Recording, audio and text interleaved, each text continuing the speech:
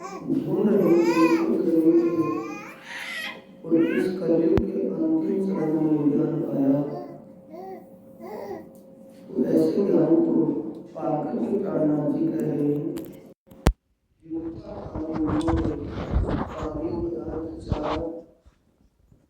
उत्तम मान को खंड वर्तनो श्रेष्ठ पुलिस।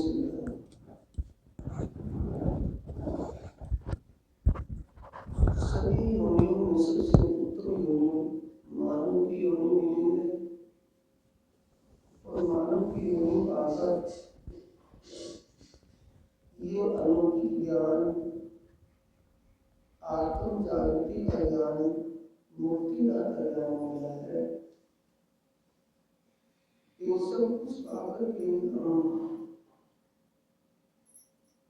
फिर भी इसकी विशेषता को नहीं जान पाएंगे। सौभाग्य तो हमारा ही है कि जिस काम के लिए, जिस ज्ञान के लिए, मूर्ति पाने के लिए, मूर्ति का ज्ञान पाने के लिए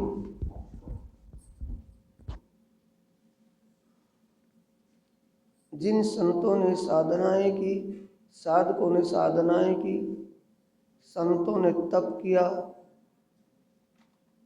और बड़े बड़े मनुष्यों ने ज्ञान भी किया, ध्यान भी किया, पर वो ज्ञान आपको मिला है। आपके जीव की घोर तपस्या का फल जिसके द्वारा ये ज्ञान मिला है। दूसरी बात, आपके तन में जो जीव है, इस जीव के ऊपर अखंड परमधाम की आत्म शक्ति बैठी है, जिस आत्म शक्ति की निस्वत होने से, उस आत्म शक्ति का उस परमात्मा पारब्रह्म से मूल संबंध होने के कारण ये ज्ञान आपको मिला है। और ये ज्ञान पाकर, ये तो हमारा सौभाग्य हुआ,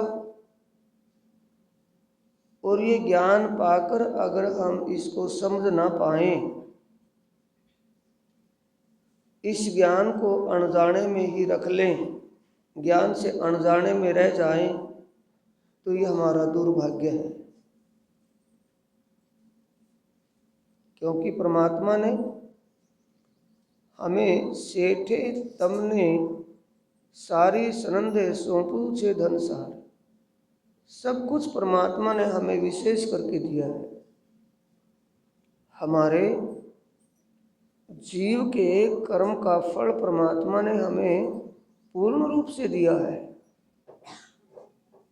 उसके देने में कोई कमी नहीं है। लेकिन इसको हम ना समझ पाए तो हमारी भूल है।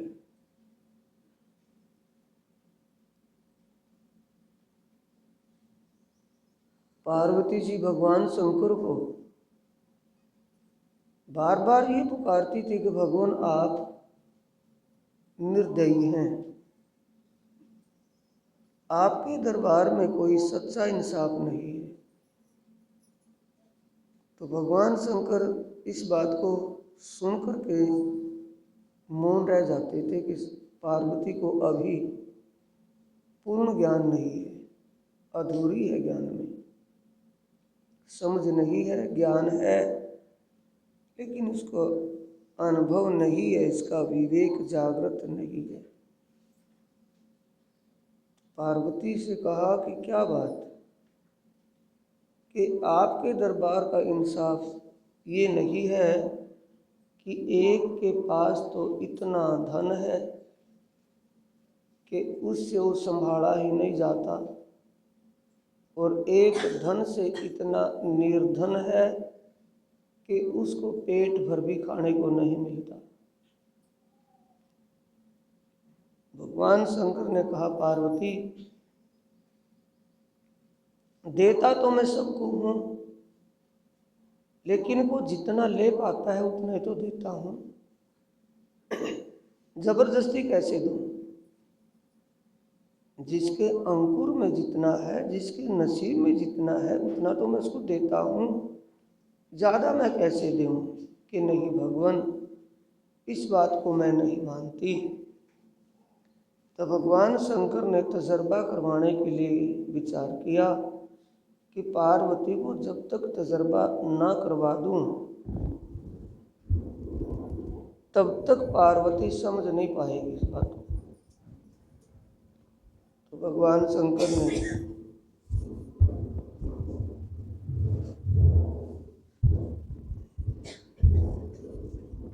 तजर्बे के लिए एक दिन कारण क्या किया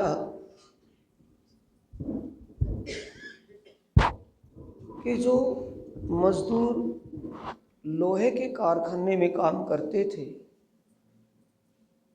उनके दिल में ये बात उपजा दी कि भी हमसे अच्छा तो ये कारखाने का मालिक अच्छा है, कभी कारखाने तक भी देखने के लिए नहीं आता, कितनी लेबर काम कर रही है, कितना धन क्या है, उसको तो ये भी संभालने की जरूरत नहीं पड़ती, संभाला ही नहीं जाता, और वो तो मौज ले रहा है, मौज में जीवन जी रहा है। जब वो ड्यूटी करके निकले तो इसी बात पर जिक्र उनमें आपस में चल दिया कि हमसे अच्छा तो वो है। वो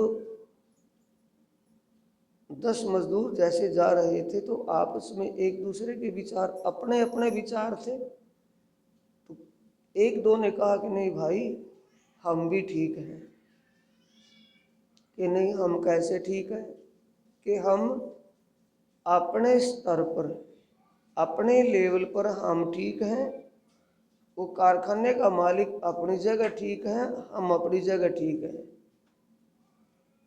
कि भी वो तो बात अपना मन समझाने की बात है। जो तुम कह रहे कि नहीं मन समझाने की बात नहीं, असलियत में ठीक है।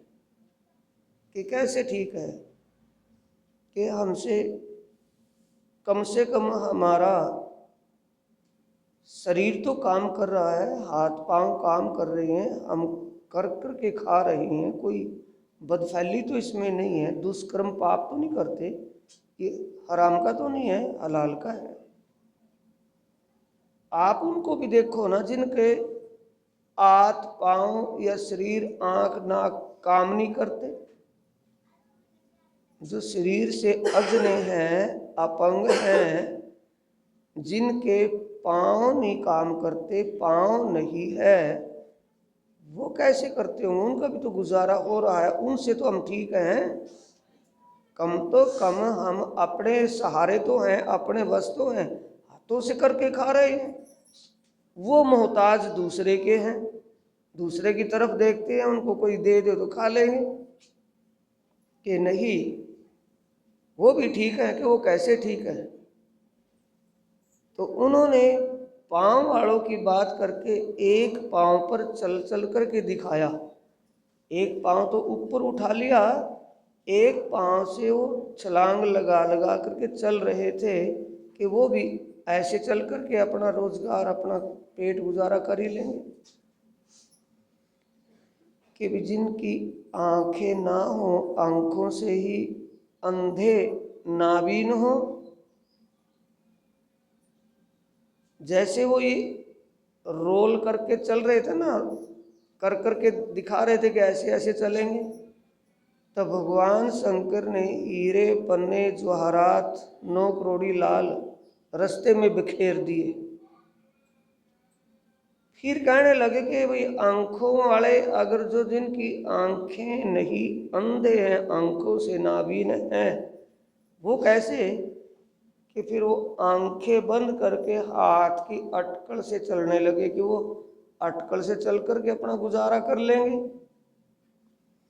जब हीरे पन्ने जवाहरात सामने बिखरे हुए थे, उस मौके को चूक गए, वो आंखें बंद करके चलने लगे सारे, 10 के 10 उस हीरे पन्ने जवाहरात के ऊपर को निकल गई। तब शंकर भगवान ने पार्वती को कहा कि पार्वती देख ले, मैंने तो इनके सामने बिखेर दिए थे ना, अगर ये आंख मीच करके ऊपर को निकले तो मैं क्या करूं, अब हाथ में उठा करके तो देने से रहा। वो तो इनका काम है उनको संगवाना मेरा काम तो नहीं है, मैंने तो इनके सामने बिखेर दिए। पार्वती को विश्वास हो गया कि वाकई अपने नसीब का मिलता है, इनके नसीब में नहीं है।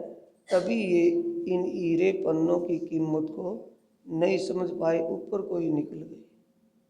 ये प्राणनाथ जी कह रहे हैं, सेठे तमने सारी सनंदे सौंप्यूं छे धन सार। सेठ का मतलब आत्मा के सच्चे मालिक उस परमेश्वर सर्वेश्वर उस प्राण प्रीतम पार ब्रह्म ने हमें सब कुछ तो सौंपा है।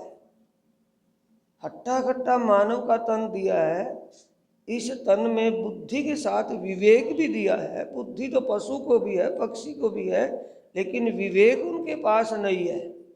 हमें विवेकशील बुद्धि दी है, मानव का तन मिला, और जिस ज्ञान को पाने के लिए देवलोक के देवता भी तड़फ रहे हैं,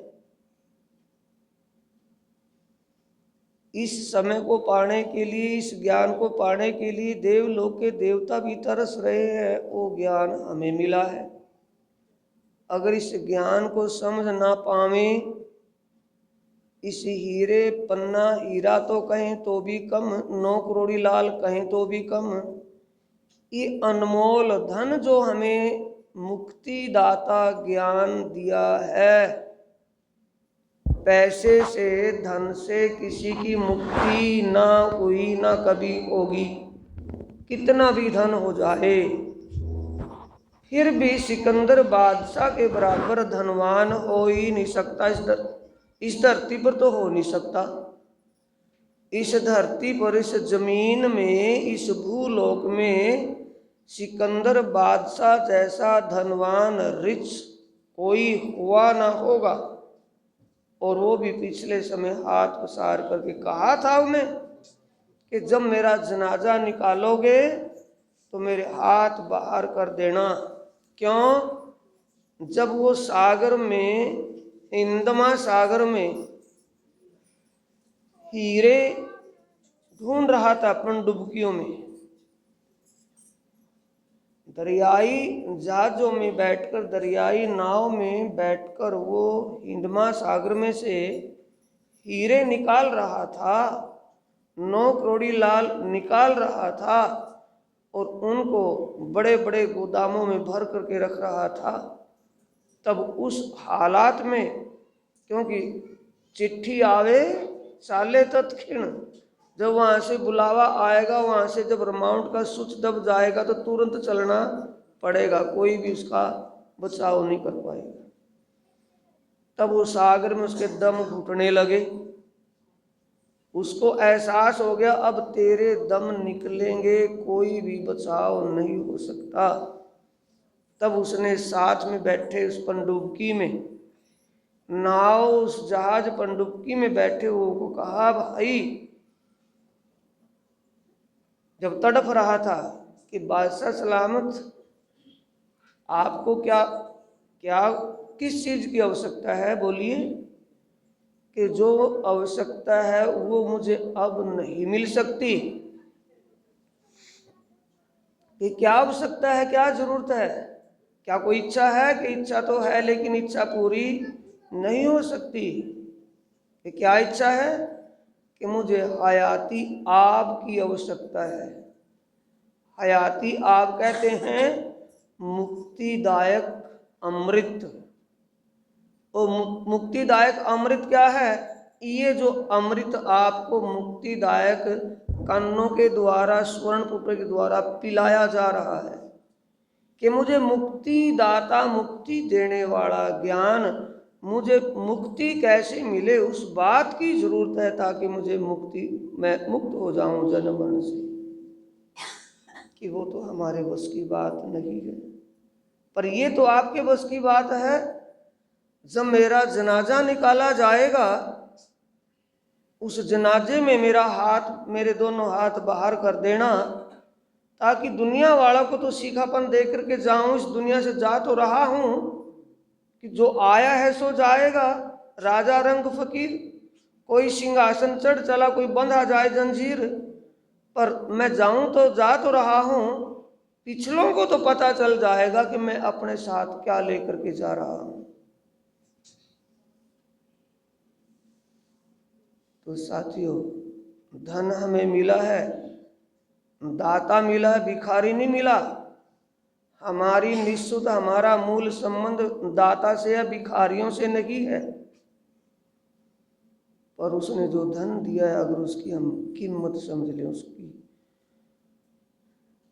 उसकी कीमत आंक लें, उसको समझ ले कि यह क्या मिला है, दिया है, लिया है, क्या दिया है और क्या लिया है।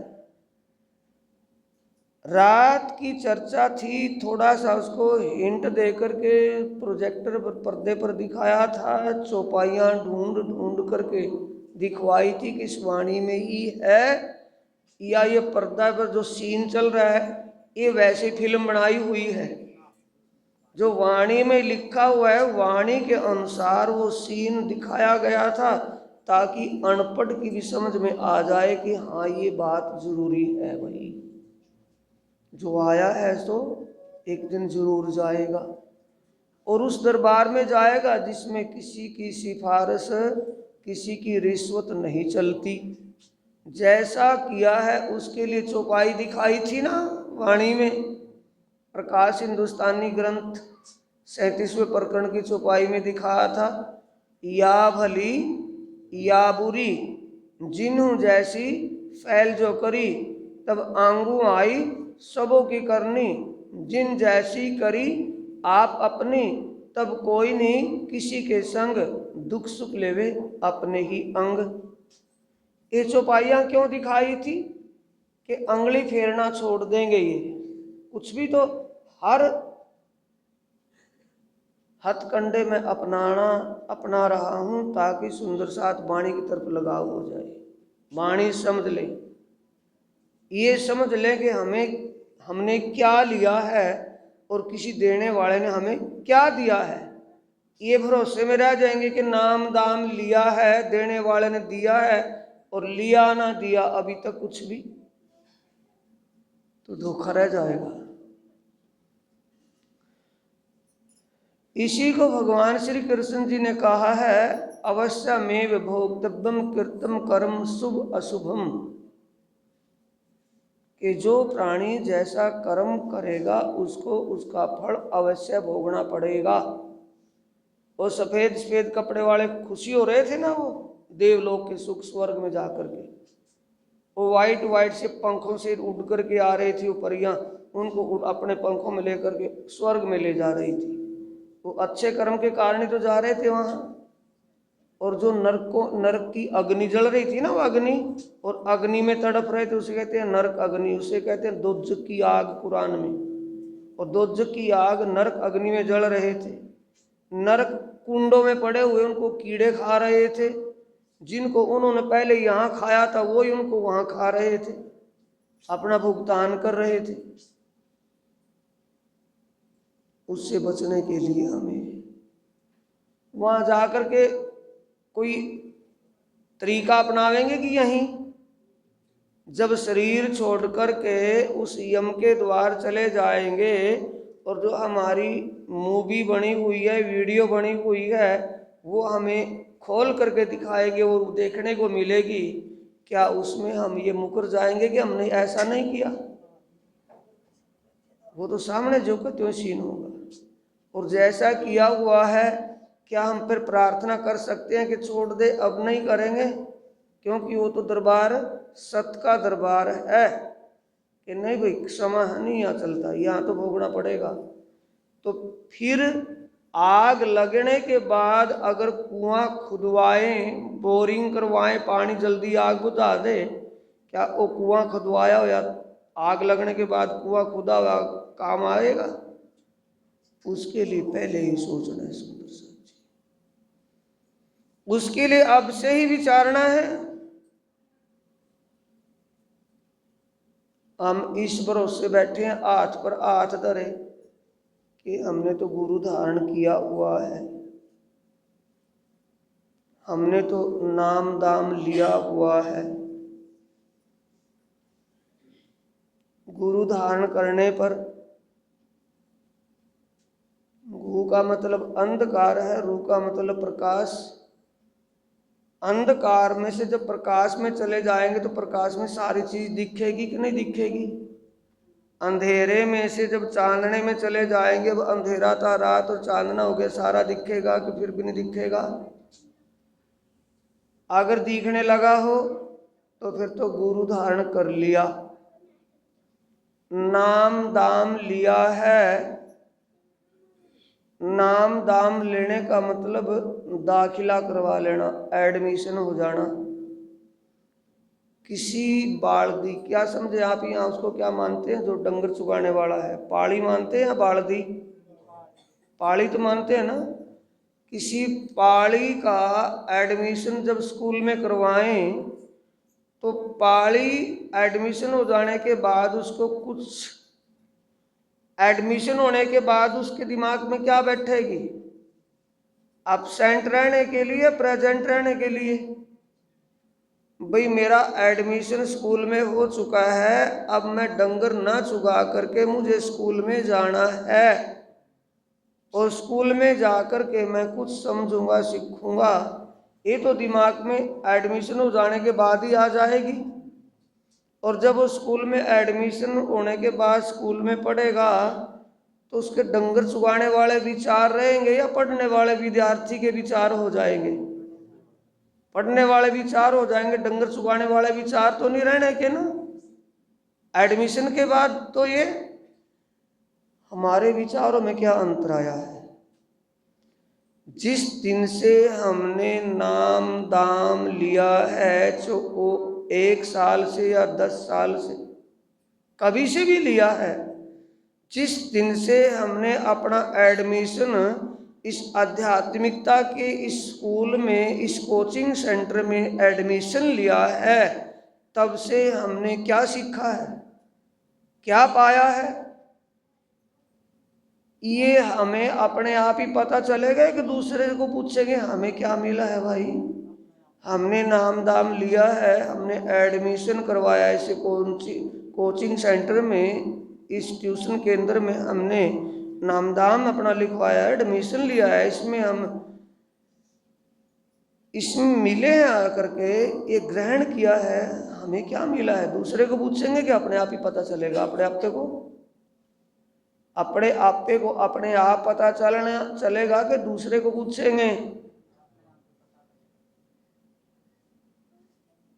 लास्ट की चौपाई क्या थी? जब रात चर्चा संपूर्ण हुई थी और आखिरी चौपाई बोली गई थी, तो कौन सी चौपाई बोली थी? जब रात की चर्चा ही माइंड में नहीं रही तो 10 साल पहले नाम दाम लिया तब की माइंड में है नहीं। जब हक बिना कछु ना देखे तब बूझ हुई कल में, जब कलमा इयों जानिया तब बका होत। ये चौपाई क्यों ली थी? कहाँ तो हमारी चर्चा चल रही थी प्रकाश हिंदुस्तानी के 37वें प्रकरण में, आत्माओं का अवतरण कैसे हुआ। आत्मा जन्मती मरती नहीं, आत्मा तो शक्ति है, वो शक्ति तन में जीव के ऊपर आकर के बैठती है और अपना काम करके उस तन में फिर अपने मूल में समा जाती है, वो शरीर में नहीं बंधी बैठती। ये दिखाया था। और उसके बाद ये चौपाई श्रृंगार ग्रंथ प्रकाश को छोड़कर कितनी टाप लगाई, कितने कहाँ से कहाँ गए। श्रृंगार ग्रंथ के प्रकरण 25 में चौपाई 52वीं, जब हक बिना कछु ना देखे तब बूझ हुई कल में। जब हम गाय डंगर चुगाते हुए सोटी घर सोटा छोड़ करके जब हम स्कूल में आएंगे तो हमारे स्कूल के पढ़ने के विचार बन जाएंगे कि डंगर चुगाने वाले विचार बने रहेंगे? पढ़ने के विचार बन जाएंगे। तब हमें ये पता लगेगा कि वाकई ये पढ़ाई लिखाई शिक्षा हमारे जीवन के लिए विशेष है और इससे ही हमारा जीवन पार हो सकता है। ये विचार बढ़ने लगेगा, फिर और पढ़ने में और कोशिश करेंगे, पढ़ाई की तरफ और ध्यान बढ़ता जाएगा। ये गति हमारी नामधाम के एडमिशन की बात होनी चाहिए। कलमा क्या है? ये वाणी। तारतम की जो 6 चौपाइयाँ हैं, उन 6 चौपाइयों का विस्तार ये 18,758 चौपाइयाँ हैं, उन्हीं का विस्तार है। दाना तो एक ही बोवेंगे ना? नहीं, किसी भी पेड़ के गुठली बीज तो एक ही दाना तो बोएगा। उस दाने में से जब पेड़ जमेगा, उस पेड़ पर कितने पत्ते आएंगे? कितने पत्ते आएंगे? फूल और कितने फल आएंगे उस पर? ये एक दाना क्या है? तारतम बीज मंत्र, 6 चौपाई। और उस पेड़ का, पौधे का उगा विस्तार ये 18,758। इसे कहा है तारतम अनेक विध का। अनेक विध का कहा तारतम। या शंका लग जाएगी कि भाई हमारे पास तो एक ही तारतम है, तो तारतम भी अनेक है। अनेक तारतम नहीं, तारतम तो एक ही है। उस तारतम को समझाने के जितनी भी बातें हैं, सारी उसी का ही रूप है, उसी के ही अंग हैं। प्राणनाथ जी ने इस वाणी में अनेक प्रकार से समझाया। और समझाया क्या है? क्या समझाया इस वाणी में?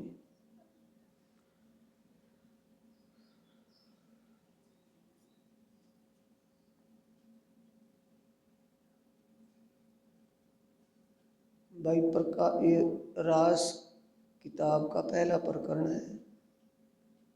शुरू में चलिए ना, वाणी का पहला ही प्रसंग है। ये वाणी दुनिया में ना कहवाणी। ये वाणी दुनिया के लिए नहीं, दुनिया इस वाणी के लायक नहीं है।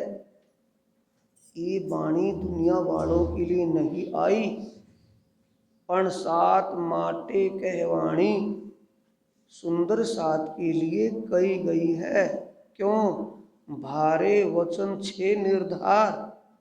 इसमें गहरी गहरी आत्मज्ञान की बातें हैं।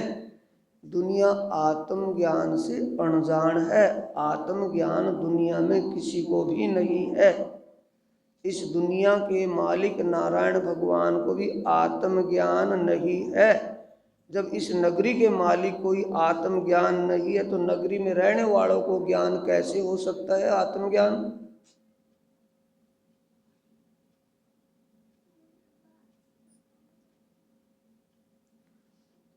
ये बात सेवा पूजा के शब्दों में आती है। प्रेम प्रभा जानत ना कोय, जग उपजे के कारण दोए। अब जग वालों में बात ये जिक्र करें कि भी ये सृष्टि क्यों बनी, ये जगत की रचना क्यों हुई, तो कोई भी उनके पास जवाब नहीं है। तो इसलिए ये आत्मीय ज्ञान सिर्फ आत्माओं के लिए आया है। दुनिया की उनके लिए भारी बात है। तो क्या बात भारी है? दुनिया क्या मानती है? अगर इस शरीर में कोई कष्ट हो जाए, अपने शरीर में शारीरिक या मानसिक कोई दुख हो जाए, कोई बात की डिप्रेशन बन जाए, मानसिक होगी ना वो, तो टेंशन दिमाग में होती है कि हाथ में? बोलो, इतना अनजान कौन है? बोलो, कोई है अनजान? टेंशन दिमाग में होती है कि हाथ में? दिमाग में। वो क्या हो गया? मानसिक रोग, मानसिक दुख। अगर पाँव का कोई, पैर का कोई अंग फ्रैक्चर हो जाए, टूट जाए, तो दुख किस में होगा? पाँव में होगा कि दिमाग में? पाँव में। वो शारीरिक दुख हो गया, वो मानसिक दुख हो गया।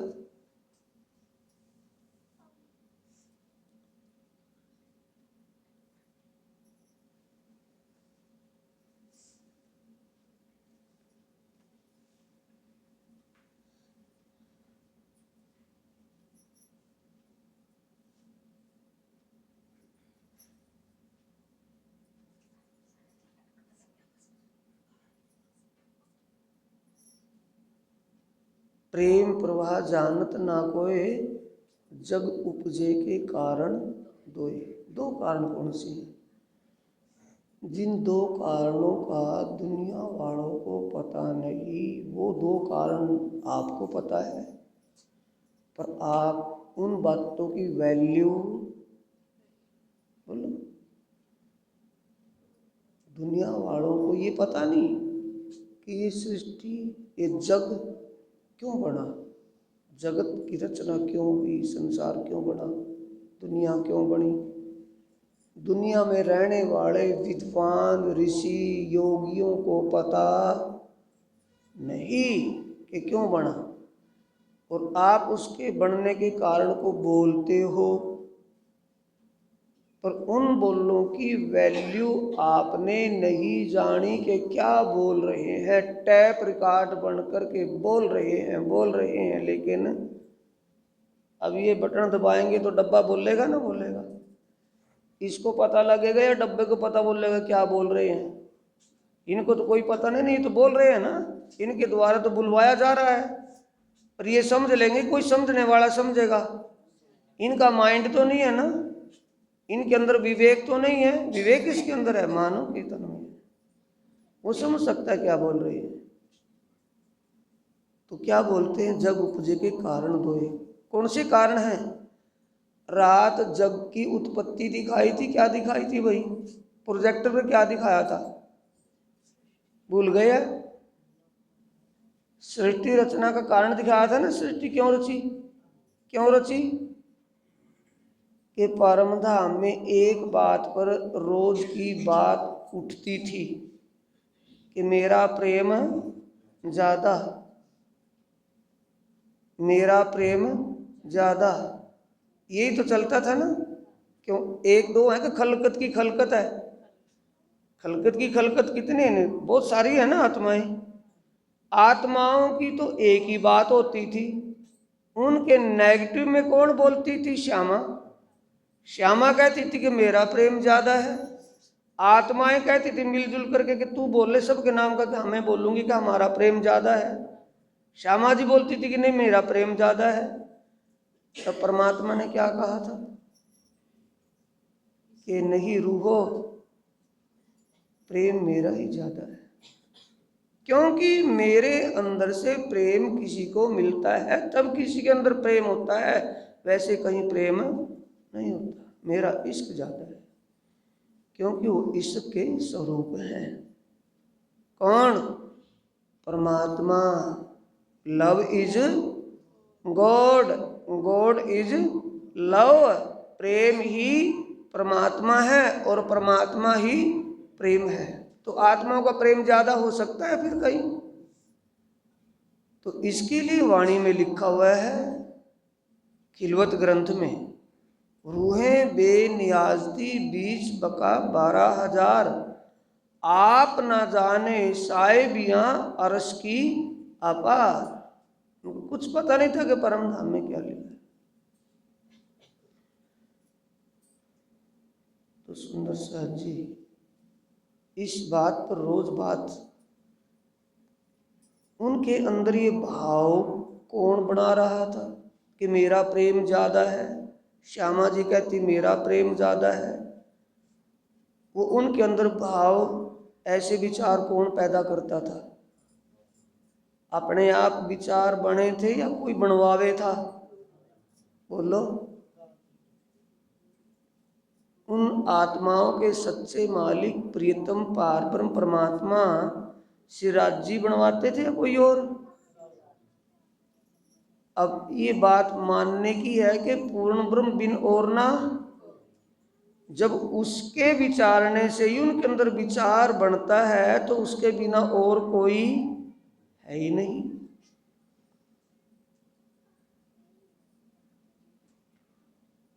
जब परम धाम में आत्मा और आनंद स्वरूप श्यामा और सत्य स्वरूप अक्षर ब्रह्म और लक्ष्मी, वही रैण बसेरा परम धाम के अंदर ही है, और एक दूसरे से अनजान है, एक दूसरे के बारे में कोई जानता नहीं। ये इनको अनजान किसने रख रखा? परमात्मा ने, कि उनको अपने आप ही अनजान थे? उनको एक दूसरे से अनजान किसने रख रखा था? उनको अक्षर ब्रह्म हर रोज अपने सच्चे मालिक पार ब्रह्म परमात्मा के दर्शन करने रंगमहल के सामने चांदनी चौक में रोज आते हैं और उनको प्रणाम करके, उनका दर्शन करके, प्रणाम करके वापिस चले जाते हैं। कोई दूसरी बात से कोई लेना देना नहीं। आत्माएं पार ब्रह्म परमात्मा आनंद और प्रेम के स्वरूप अपनी लीलाओं में उनको मगन रखते हैं। उनको दूसरे बारे में कुछ पता ही नहीं। कोई यहाँ और भी आता है और चला जाता है, कुछ पता नहीं था। ये रोज पहले से चलता आ रहा था परम धाम में। जब अक्षर ब्रह्म, जब परमात्मा ने अपने दिल में अपनी साहिबी और अपने प्रेम, अपने आनंद को सब दुनिया में जाहिर करने का विचार किया, जिस दुनिया में परमात्मा के बारे में किसी को पता नहीं था, अपने बारे में सबको पता चल जाए, ये बात जब दिल में ली, ये तो समझ में आ रहा होगा ना भाई? चुप।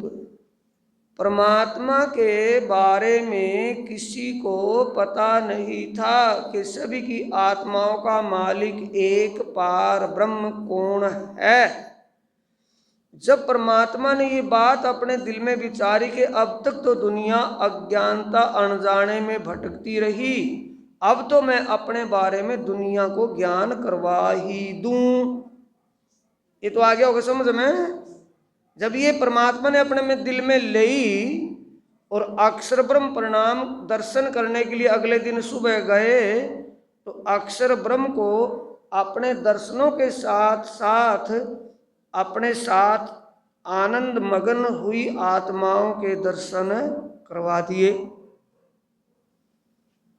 जब रोज जाता है उसी झरोखे में देखता है और उसी झरोखे में आत्मा और परमात्मा अपनी आनंद प्रेम की लीला में मगन होते हैं, वहां तीसरी भूमि की पड़साल पर। तो पहले क्यों नहीं देख लिया था उन्होंने आत्माओं को? परमात्मा ने दिखाया तभी तो देखने को मिला। कि कैसे मिला? परमात्मा ने जो चाहा। और जब उसने वहां की लीला को देखा और अपने दिल में ये बात ली कि हो ऐसी आनंद और प्रेम की लीला, वाह भी वाह, मैंने तो कभी देखी ही नहीं। ये परमात्मा के साथ और भी रहती है, या तो आत्माएं कौन, ये आत्माएं कौन है? इस लीला को तो मैं अच्छी तरह देखूं तो तभी ठीक रहेगा। मन ही मन में विचार किया, हे मेरी सच्ची आत्मा के मालिक प्रियतम पार ब्रह्म, मुझे इस लीला को तो दिखाओ। दिल में ये भाव किसने उपजाया? अपने दर्शनों के साथ साथ आत्मा को दर्शन किसने करवाया? परमात्मा ने। अब जब ये विचार दिल में लेकर के चला तो आत्मा परमात्मा के बिना दूसरे को किसी को जानती नहीं, कोई और भी पुरुष है। जब वो चलने लगे वहां से तो आत्माओं का ध्यान फिरा दिया उन अक्षर ब्रह्म की तरफ, उसको दिखा दिया, वो देख लिया। और दिल में विचार आया आत्माओं के कि ये कौन है? पूछ लिया कि ये कौन है, कि मेरा ये स्वरूप है कि नहीं? ये हम कैसे मान सकती हैं? आप तो हर पल हमारे साथ ही यहाँ रहते हो। ये तो आज ही देखा हमने, कि देखा तो जरूर, देखा तो आज ही है, लेकिन है तो मेरा ही स्वरूप। और ये कहाँ रहते हैं? कि उस दूसरे रंगमहल में, जमुना के दूसरी तरफ। वहाँ क्या करते हैं? इस परम धाम के आनंद का अनुभव, आनंद में डूबे रहते हैं। और इनके विचारने से ब्रह्मांड भी बनते हैं। कि वो ब्रह्मांड क्या चीज़ है? कि वो ब्रह्मांड, वो दुनिया, वो संसार है, जिस संसार में, जिस दुनिया में जीव अपने आप को भी भूल जाता है और दुख सुख में विचलित हो जाता है। दुख सुख में विचलित हुआ जीव अपने आप को और अपने मालिक को भूल जाता है। ऐसा वो फ्रेब का खेल है, स्वप्न का खेल, नजरबंदी का खेल ऐसा है वो कि वो तो हम जरूर देखेंगी। ये सारी बात आत्माओं के दिल में परमात्मा ने उपजाई है या आप ही उपज गई ये बात? बोलो। अक्षर ब्रह्म के दिल में, आत्माओं के दिल में उपजाई, ये उपजाने वाला कौन है? परमात्मा या कोई और है? तो इन बातों से क्या मानोगे? पार ब्रह्म बिन और ना, वो पर ज्ञानम ब्रह्म है, कण कण को जानने वाला है, कण कण ही उसे नहीं जानता, वो कण कण को जानता है। तो सर्वशक्तिमान कौन है? परमात्मा है या आत्मा? परमात्मा है। परमात्मा सर्वशक्तिमान है, आत्मा उसकी दिल स्वरूपा है, उसी का अंग है।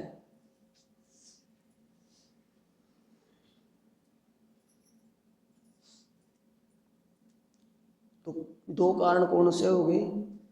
अक्षर ब्रह्म को परमात्मा की आत्माओं की आनंदमय लीला देखने का कारण अक्षर ब्रह्म, और आत्माओं के दिल में अक्षर ब्रह्म के द्वारा ये झूठ मूठ स्वप्न की दुख सुख की लीला देखने का विचार। दो विचार बनना क्या बन गया? दुनिया बनाने का कारण। मकान चून लगे, छत टूट जाए तो कारण क्या बन गया? छत टूटना, छत का चूना मकान बनाने का कारण बन गया ना। बिना कारण, बिना मतलब के बनाएंगे? कोई जरूरत में ही बनाएंगे ना। जरूरत हो गया उन दोनों की इच्छा पूरी करना। तो इच्छा पूरी कैसे करेंगे? कि झूठ मूठ का खेल दिखाकर सच्ची लीला को वहां पर दर्शित करना। इस झूठ मूठ का खेल स्वप्न की दुनिया बनी। स्वप्न की दुनिया में पहले सतयुग बना, त्रेता युग बना, द्वापर युग आ गया, और वहाँ वो बात ही चली कि दिखाओ तो वो खेल, दिखा तो दे वो खेल। इतनी बात करते करते कितने युग बीत गए। वहाँ के तो वही पल है ना, वही सेकंड चल रही है। और यहाँ सतयुग 17,28,000 साल चले गए, त्रेता युग 12,96,000 साल चले गए, द्वापर युग का अंत आ गया 8,64,000, 8 लाख 8.5 लाख साल बीत गए।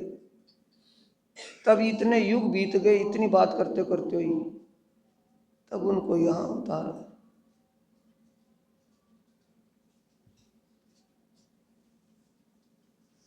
अक्षर ब्रह्म को खेल दिखाना था, आत्मा को खेल दिखाना था। तो अक्षर ब्रह्म को कहाँ भेजा? अक्षर ब्रह्म की सुरता, अक्षर ब्रह्म की चित्त वृत्ति आप क्या मानेंगे? कैसे समझ पाएंगे? आत्मा तो समझ लेंगे ना। अक्षर को खेल दिखाना, तो अक्षर की आत्मा को कहाँ उतार दिया? कितने पल के लिए? जितनी बार हमें कहने में देर लगी, इतनी देर में खेल दिखा दिया बस। इतनी देर के लिए उसकी सुरता को कहाँ उतार दिया? कन्हैया के तन में। राज देखा था ना, कन्हैया पालने में था, और पालने के अंदर एक तेज प्रकाश, एक पावर शक्ति आई, कन्हैया के अंदर समा गई, कहीं और गई है। वो कौन है? अक्षर की आत्मा और अक्षरातीत राज्य का आवेश शक्ति कन्हैया के तन में विराजमान हो गई। 11 साल 52 दिन तक उसमें लीला करी। औरों को तो बालक का रूप दिखाई देता था, और जो आत्माएं सो रही थी ना अपने घर में, उनके अंदर राधा के तन में किसकी सुरत आई? श्यामा जी की। और गोपियाओं के तनों में आत्माओं की सुरता, आत्माओं की आत्मशक्ति उसमें आ गई। उस सोते कद नवमी के दिन तड़क में 4 बजे दिन बदल गया ना। रात के 12 बजे तारीख और दिन बदल जाता है ना। 12 बजे के बाद 4 बजे ब्रह्म बेला कहते हैं उसको, ब्रह्म मुहूर्त। तो उस वक्त वो आत्माओं की शक्ति गोपियाओं के तनों में, और अक्षरातीत अक्षर उसकी अक्षर की आत्मा और अक्षरातीत की आवेश शक्ति कन्हैया के तन में विराजमान हो गई। उजागर कब हुई ये बात? जब ये पता चला कि अभी नंद के घर बच्चे का जन्म हुआ है। सारे ब्रज में खुशियों के ढोल बज गए, सब खुशी खुशी में बधाई देने के लिए नंद के घर आए। और वो गोपियां भी आ गई जिनके तनों में परमधाम की आत्म शक्ति विराजमान थी। सोतियों के अंदर आई थी ना, बाल बच्चेदार थी ना, जवान किशोर अवस्था की। जीवितों में पहले था कि बाद में आया वो भी? जिंदी जागती थी कि मरी हुई थी? जीती जागती थी। तो शक्ति जो आई, वो पावर आई आत्मा की आई है कि जीव की? आत्मा की शक्ति जब गोपियाओं के अंदर समाई तो आत्मा की शक्ति आने के बाद आत्मीय विचार होंगे या जीव के विचार रहेंगे? बोलो भाई, कोई चीज अंदर जाएगी तो अपना असर दिखाएगी ना दिखाएगी? हमें किसी कारण से कोई दवाई चढ़ गई है, उसका विष जहर चढ़ा हुआ है, और जहर उतरा कब मानेंगे? दवाई ले कब मानेंगे? जब वो जहर निकल जाए, उतर जाए, असर हो गया ना उसका दवाई का। तो उनके अंदर आत्म शक्ति आई तो उसका असर क्या हुआ? उनके दिल में विचार बना कि जो नींद में देखिए सुपन यों उपजे हम। चौपाई लिखी हुई थी कि नहीं थी? जो नींद में देखिए सुपन यों उपजे हम वृज वधुजन उपजत ही मन आशा। कि थोड़ी सी है कि घनी सी? घनी। चिद घन क्यों कहा? चिद भी तो कह सकते, घन क्यों लगाया उसके साथ? घन का मतलब जिसकी कोई सीमा ना हो, असीम, बेहिसाब। बेहिसाब इच्छा उपजगी दिल में, विचार बनने लगा बेहिसाब। कब मिलेंगे, कहाँ मिलेंगे, कब मिलेंगे, कहाँ मिलेंगे, क्या होगा, कहाँ मिलेंगे? ये दिल में तड़प किन के हो गई? उन गोपियाओं के जो मुद्दत से उस घर में रह रही थी। वो कह रही है कि कब मिलेंगे हमारा धनी, कहाँ मिलेंगे? वो कौन से धनी? आत्मा के धनी को ढूंढ रही है कि शरीर के धनी को? शरीर के धनी तो गोप ग्वाल हैं ही नहीं, जिनके बाल बच्चे उनके घर में। तो आत्म के विचार आत्म के धनी को ढूंढने के लिए तड़फ रहे हैं। वो जैसे ही इस हालात में इन विचारों में नंद के घर गई तो नंद के घर नंद कुमार के तन, जब ये कौन सी लीला करके दिखाई? चौपाई भी थी, वाणी में लिखा हुआ है कि मैं वैसे एक राजा था, एक रानी सी कथा सुना रहा हूं। ये सब बातें वाणी में लिखी हुई हैं या नहीं? 37वें प्रकरण में ही है ना? मेरी बात पर कोई असर नहीं करता, कारण यही है बस, और क्या है? घर का जोगी जोगना, बाहर का जोगी सिद्ध। कोई आपत्ति आने आए तो मैं कहता हूँ कि पाठ करो भाई, कि महाराज जी पाठ चलवा दो आश्रम में, कि नहीं तुम चलाओ। क्यों? इस जरूरत के लिए चलवाता हूँ कि उनको पता चल जाए क्या क्या लिखा वाणी में। पाठ कौन सा चलवाता हूँ? मेर सागर और प्रगटवाणी, मेर सागर और बेहद वाणी। लेंटर 2 पिलरों पर लेंटर लटका दे, ऊपर छत बना दे, 2 पिलर खड़े कर दे, उसके ऊपर बीम डाल करके जाल बिछा करके लेंटर लगा दे। अगर वो पिलर हटा देंगे लेंटर नीचे आ जाएगा कि ऊपर लटका रहेगा? 2 पिलर क्या है? उसकी जान है। इसलिए 2 प्रकरण इस वाणी और इस जागनी की जान है। 2 प्रकरण, प्रगट वाणी और बेहद वाणी, इस वाणी के दिल हैं, इसके पावे हैं। और पावे समझ में आ, छत समझ में आ जाएगी। छत देखेंगे भाई लंबी चौड़ी छत है तो फिर ध्यान किस पे जाएगा कि भाई खड़ी इतनी लंबी, इतना विस्तार का बड़ा लेंटर किस पर खड़ा है भाई? कि पिलर, जब पिलर देखेंगे भाई भाई इस पिलर पर तो लोड पूरा है, इतना बड़ा लोड लेने वाले पिलर मजबूत है। तो मजबूत पिलर क्या है?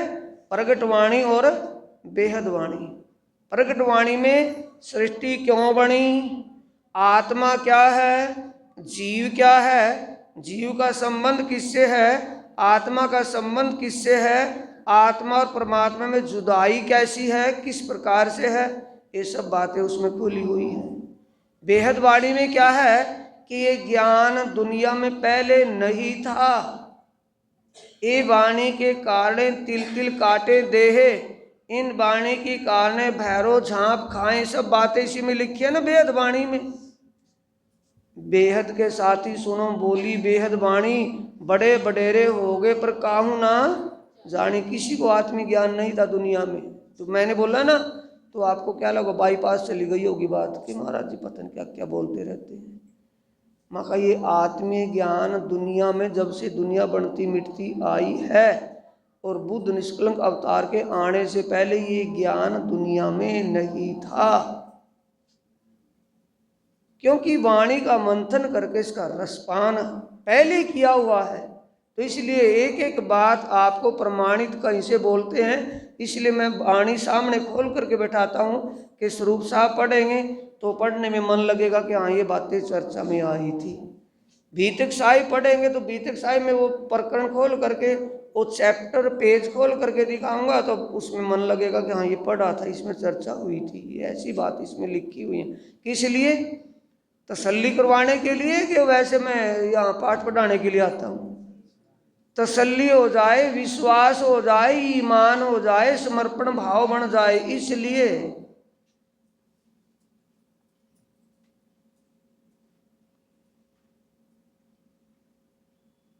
तो कौन सी लीला दिखाई? बाल चरित्र लीला। बालक जोबन किशोर लीला कर लेगा।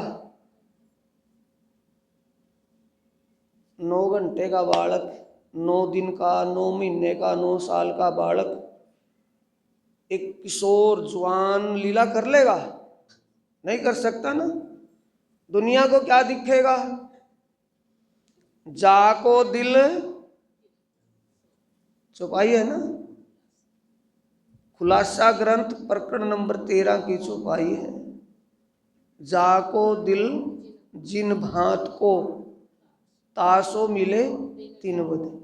जिसके दिल में जैसा भाव होगा उसके भाव के अनुसार भगवान वैसा रूप धारण कर लेगा ना कर लेगा? नहीं कर लेगा ना।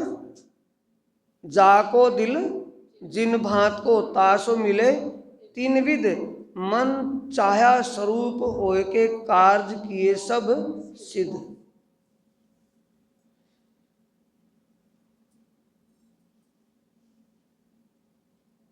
यशोदा के दिल में क्या भाव था? बोलो। जब यशोदा के यहाँ बच्चा प्रकट हुआ तो उसके दिल में बच्चे के प्रति कौन सा भाव था? पुत्र का भाव था या पति का भाव था? बोलो। जुबान बंद क्यों है? उसको पुत्र मानेगी या पति? पुत्र मानेगी ना। नंद उसको बेटा मानेगा या अपना पति मानेगा? बेटा। तो उनका भाव उस भाव का था, तो उसी भाव में उनको बच्चे के रूप में दिखाई देते थे। जो बाल गोपाल ब्रज के वासी थे उनको अपने दोस्त के भाव में एक लड़के के रूप में दिखाई देते थे, बच्चे के रूप में, ग्वाला रूप में। और जिन आत्माओं के, जिन गोपियाओं के तन में परमधाम की आत्मा थी, बिजली कहाँ पड़ती है? आसमान की बिजली कहाँ पड़ती है? सबको पता है, ऐसा कोई अनजान ही नहीं है। उस आसमानी बिजली का अंश जहाँ होता है उसी में पड़ती है, किसी और पर भी? किसी और को तो नहीं कुछ कहती ना।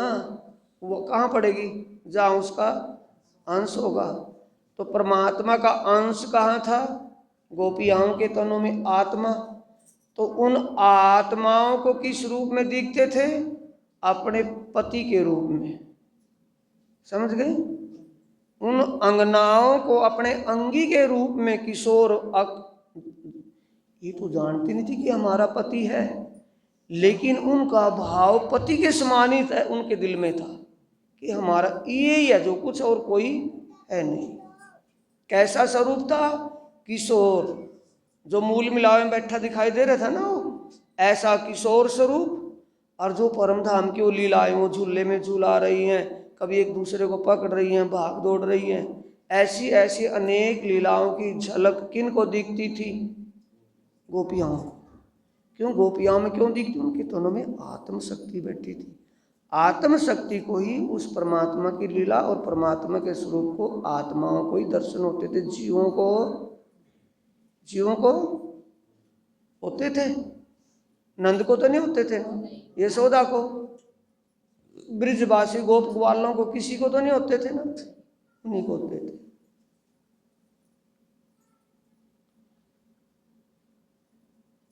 जो अनजाने में ऐसी अजीब लीला देखी तो उनको कितनी पसंद आई, कितनी पसंद आई। वो रोज रोज एक नहीं कि पहले दिन ही देखी, रोज जाती हैं, दर्शन करती हैं, और दर्शन करके अलग अलग लीलाएं दिखाते कि बस एक ही लीला थी उसके पास दिखाने के लिए, क्योंकि परमधाम में तो बेहिसाब लीलाएं, तो कभी किस लीला के दर्शन, कभी किसी लीला के दर्शन, अलग अलग लीलाओं के दर्शन होते थे। तो लीला और लीलाधारी जो उनमें लीला कर रहा है वहाँ, वो उनके दिल में बसा हुआ था, उनके दिल दिमाग में वो ही स्वरूप बसा हुआ था और कोई नहीं। तो इसलिए शिव पूजा में क्या बोलते हैं?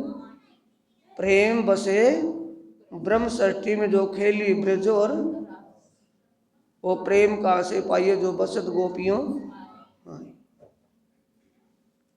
प्रेम था वो प्रेम स्वरूप, love is God, God is love, परमात्मा, और परमात्मा की लीला बसी हुई थी या कुछ और था?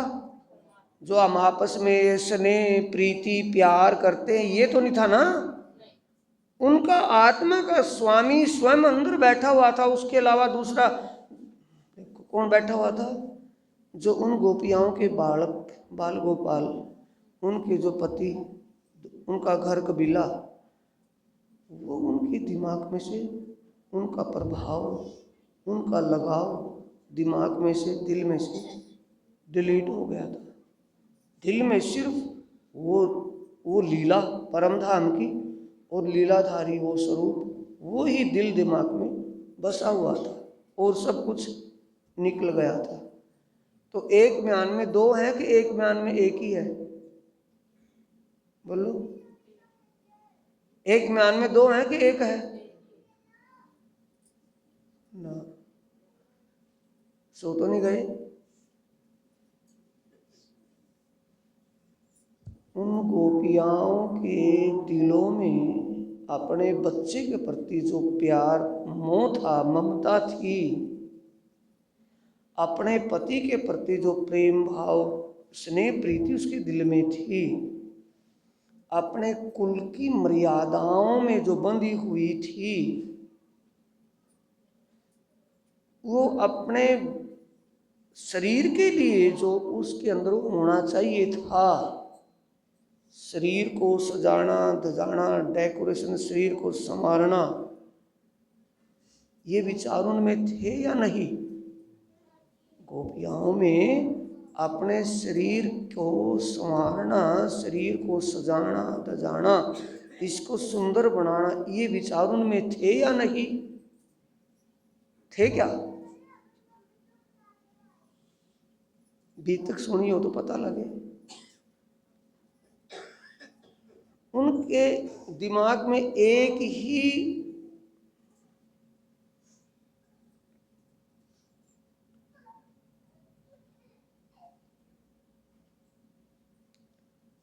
उनका टारगेट क्या होता था? दर्शन लीला, सिर्फ दर्शन करने के लिए टाइम निकालना।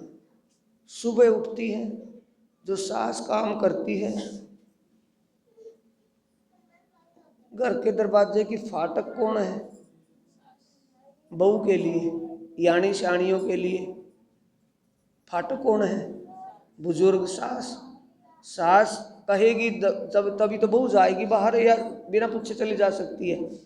चली जाएगी क्या? नहीं जा सकती ना। सास खुश हो तो बहू को इजाजत मिले, तो सास खुश कब होगी? जब सास का सारा काम बहू कर ले और ऊपर से सास की सेवा बहू करे, तो सास खुश होगी कि नाराज होगी? ऐसी कोई सास है जो नाराज होगी?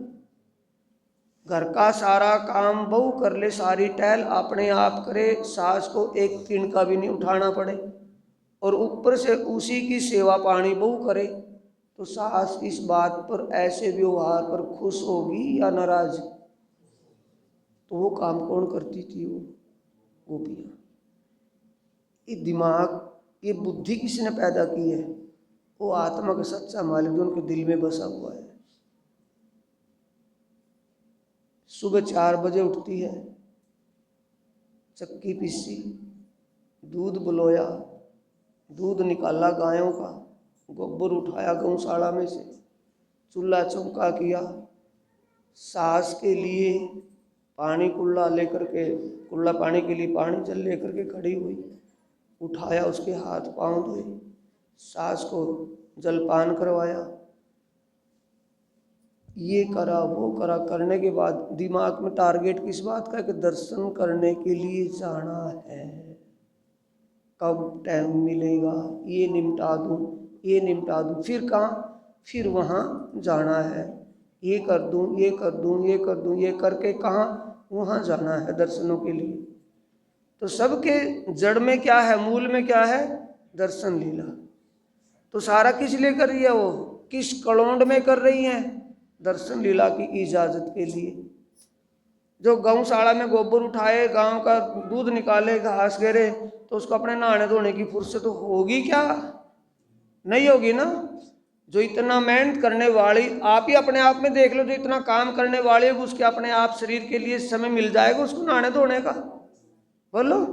या तो अपने शरीर को संवार लेगी या घर का हिला कर लेगी, दोनों में एक ही होगा। घर का हिला करेगी तो अपने आप से गई, और अपने आप में लग गई तो घर गया, दोनों में तो एक ही तो होगा ना। तो उनके अंदर अपना समय नहीं होता था। जब सास इजाजत देती कि जाइयो अब तुम दर्शन लीला के लिए, तब वो जल्दी जल्दी में कोई वस्त्र पहना, कैसा भी करा, हबड़ धबड़ में चल दी और जाकर के फिर दर्शन करती है। तो उनके दिल में कौन बसा हुआ था? उनका होने वाला मालिक, दूसरा कोई नहीं। सहज में ही प्राप्त हो गई उसको। ये ब्रज की लीला थी। रास की लीला में जो बांसुरी बजी, जो बच्चे को गोद में लेकर के खिला रही थी, तो चुप कर रही थी, रो रहा था बच्चा, उसको खिला रही थी गोद में, और पति से बातें कर रही थी। घर मध्य उभा पति बातें करे, घबरावे छे बाल, बच्चे को खिला रही थी। तो ऐसी गति में जो बांसुरी बजी, तो बच्चा भी गोद में से नीचे गिर गया, पता नहीं लगा। जो पति देव को भोजन परोस रही थी, पृथ्वी 6 धान परोस रही थी, एक पाँव भांडा माए, एक पाँव पति रूधे पर। पति देव को तो भोजन चिमने के लिए दे दिया, वो तो चिमने लगा, दूसरों के लिए परोसने लगी।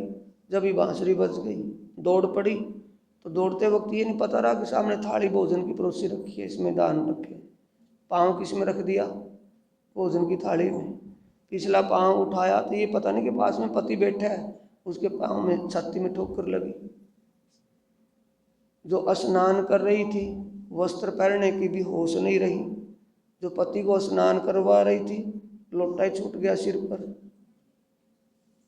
जो दूध निकाल रही थी, दूध का बर्तन हाथों में छूट गया, दूध भी खिंड गया, दौड़ पड़ी। तो उनके दिल में क्या था? प्रेम था या दुश्मनी? बोलो। इश्क था या स्वार्थ? इश्क था ना। आशिक कौन है? जो गोपी वहां से दौड़ी है। मासूक कौन है? जो बांसुरी बजा रहा है। आशिक के दिल में क्या है? इश्क। किसके लिए? अपने महबूब, उस परवरदिगार के लिए। अब वाणी में श्रृंगार ग्रंथ प्रकरण 25 की चौपाई में कह रहे हैं, हक कहे मोहि तब पाओगे जब लोगे मेरा इश्क। परमात्मा स्वयं कह रहा है कि हे रूहो, अब तुम्हें जब मेरी प्राप्ति होगी, जब मेरे प्रति तुम्हारा वही भाव, वो जो परम धाम में या ब्रज और रास में रहा, वो भाव बढ़ेगा तो मेरी प्राप्ति होगी, वरना नहीं समझ में आई बात? हक कहे मोहे तब पाओगे जब लोगे मेरा इश्क। किसका इश्क लेने के लिए कह रहे हैं?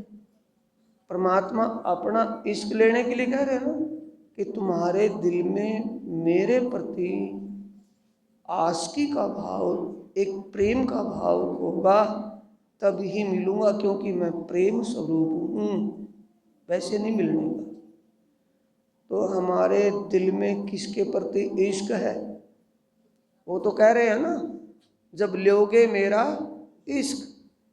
हमारे दिल में परमात्मा को पाने की तड़प है, या दुनिया वालों को पाने या दुनिया वालों को खुश करने रिझाने की तड़प है?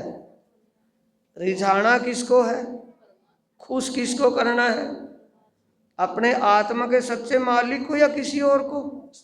आत्मा के सच्चे मालिक को खुश करना है, उसी को दिल में बसाना है, उसी के प्रति प्रेम भाव दिल में लेना है। और हमारे दिल में किसके प्रति प्रेम भाव है, किसका प्रभाव हमारे दिल में है? अपने सच्चे मालिक को पाने की बात का प्रभाव हमारे दिल में है, या अपनी मर्यादा को पार करने में नुकसान हो जाएगा वो प्रभाव हमारे दिल में है, या दुनिया क्या कहेगी क्या होगा वो दिल में है, या हमारा किसी भी संसार के व्यक्ति के प्रति एक लगाव भाव दिल में है? ये हमें अपने आप दिख रहा है कि कोई और देखेगा हमारे दिल में झांक करके? बोलो, अपने दिल में आप ही झांक करके देखना है कि किसी को दिखाना होगा? अपने आप ही अपने दिल में झांक करके देखना है कि हमारे अंदर किसका इश्क है। अगर उसका इश्क होगा तो वो मिलेगा, या जिसका इश्क होगा वो मिलेगा, दोनों एक साथ नहीं मिल सकते। तो वो मिले। बाबा बुल्ले शाह क्या कह रहे हैं? पंजाब के फेमस संत, सुप्रसिद्ध संत बाबा बुल्ले शाह और बाबा फरीद हुए। बाबा बुल्ले शाह क्या कहते हैं? ओ कमलिया रबदा की पावना, इत्थे पुटना ते उत्थे लावना। पुटना कहाँ से है? संसार की तरफ से या परमात्मा की तरफ से? अपने सुरता, अपने चित्तवृत्ति, अपने विचारों को संसार की तरफ से हटाना है या परमात्मा की तरफ से हटाना है? संसार की तरफ से हटाना है। जब वो गोपियां रात के वक्त निकली, क्या उनकी पहले क्या बोल रहा था? 11 साल 52 दिन, जब 11 साल के बाद जन्म अष्टमी का दिन कन्हैया का जन्मदिन आया, तो जन्मदिन के दिन सभी गोपियां इकट्ठी हुई, तो उनका परीक्षा का दिन था। तब कन्हैया ने कहा, गोपियाओ चलो आज तो रात वृंदावन में राज की लीलाएं करेंगे आज की रात। तब गोपियाओं ने क्या जवाब दिया था? कि हम कौन है?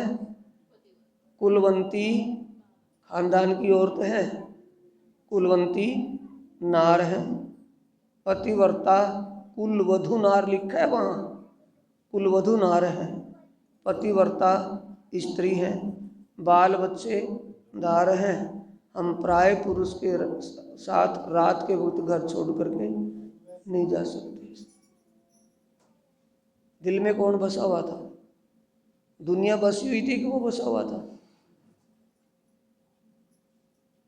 बसने का मतलब प्रभाव किसका था? बोलो, किसका प्रभाव था? दुनिया की इस झूठी मर्यादा का डर था, किसका था? कोई क्या?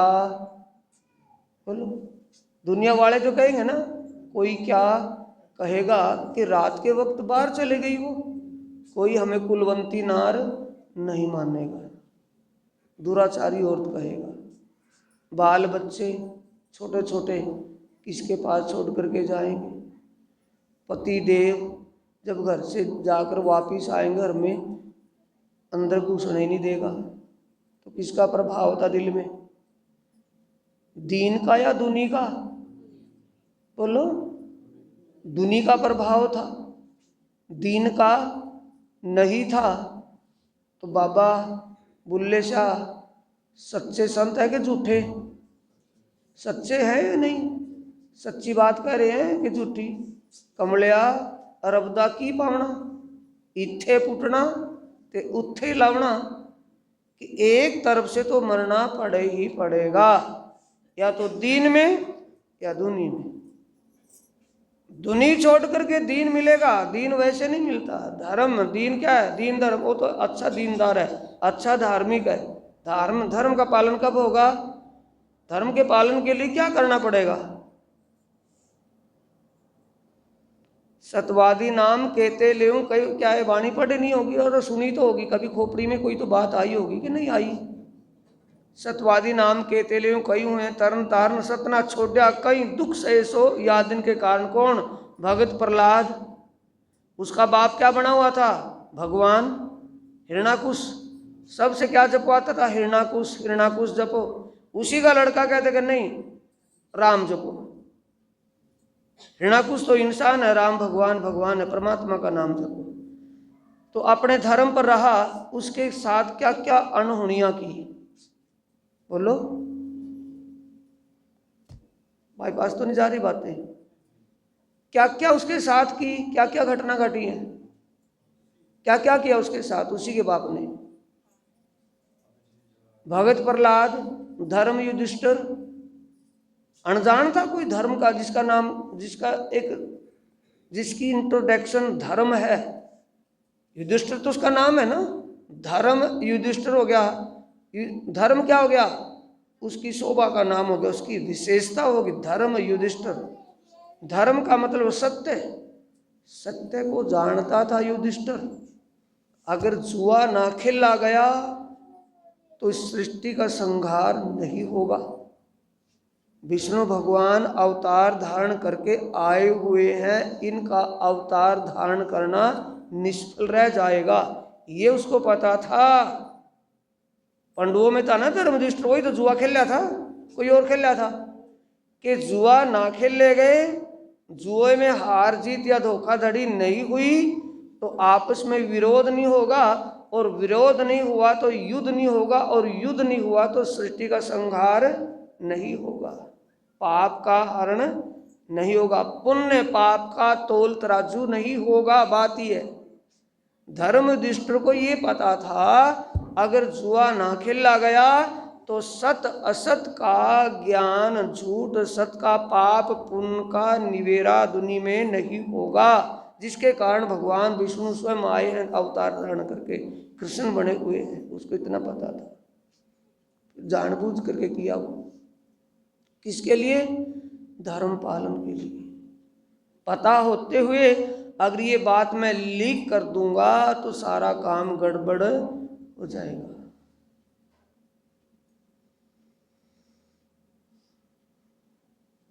वसुदेव कारागार में किसको डाला?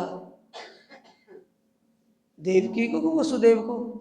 और बच्चा किसके होना था? बच्चे का खतरा था ना कंस को। बच्चा देवकी को होना था कि देव को? देवकी को। जेल में देवकी होनी चाहिए थी कि वसुदेव भी साथ में होना चाहिए था? पतिव्रता धर्म पालन किसने किया? वसुदेव। कि मैं वहीं रहूंगा, जा दूंगा, धर्म के लिए किया। हरिश्चंद्र भंगी के घर पानी भरा, अंतिम में बात क्या आ गई? सारे कुछ छोड़ करके, या जानते नहीं होंगे, सीरियल देखे होगा, कभी नाटक तो देखे होगा, सुना तो होगा इतिहास में। एक ही लड़का था, हरिश्चंद्र के 2-3 थे, एक ही लड़का था, और तो कोई बच्चा नहीं था ना।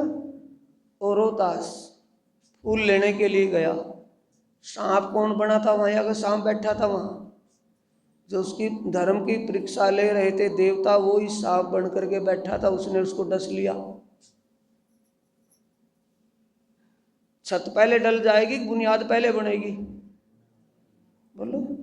मकान बनाना है तो बुनियाद दीवार पहले बनेगी कि लेंटर पहले डाल देंगे? लेंटर क्या डालेगा? धर्म की परीक्षा। उसके लिए बेसमेंट क्या तैयार किया गया? राजपाट छटवा दिया। दीवार क्या खड़ी हो गई? उत्तर अकेला ही खत्म हो गया। अब छत क्या डलनी थी? तारावती लेकर के शमशान में जाती है, शमशान घाट में, और शमशान घाट की ड्यूटी किसकी थी? हरिश्चंद्र की, कि कोई भी मुर्दा लेकर के आए उससे कफन और एक टका जरूर लेना है। कफन और टका लेकर के मुर्दे का संस्कार करना, वैसे नहीं किसी का भी करना। अपना ही लड़का था और दिन छिपे लेकर के गई रोद होती हुई तारावती, तब जाकर के कहा कि ये लड़का संस्कार करना, कि कफन और टका, कि वो तो मेरे पास है ही नहीं, तो मैं इसका संस्कार, बोलो, मैं इसका संस्कार नहीं कर सकता। कि अब कौन देखता है? कि मेरा धर्म देखता है।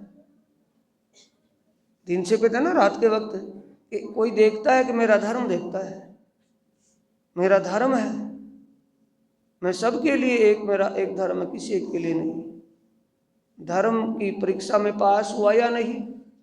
धर्म के कारण अपना लड़का, अपनी रानी दिखाई नहीं दी, सिर्फ धर्म उसको दिख रहा था, दीन दिख रहा था, दुनियावी संबंध का कोई उसके दिल पर प्रभाव नहीं था। धर्म का प्रभाव था कि मैं धर्म का पालन कर रहा हूं, मेरा धर्म भ्रष्ट हो जाएगा।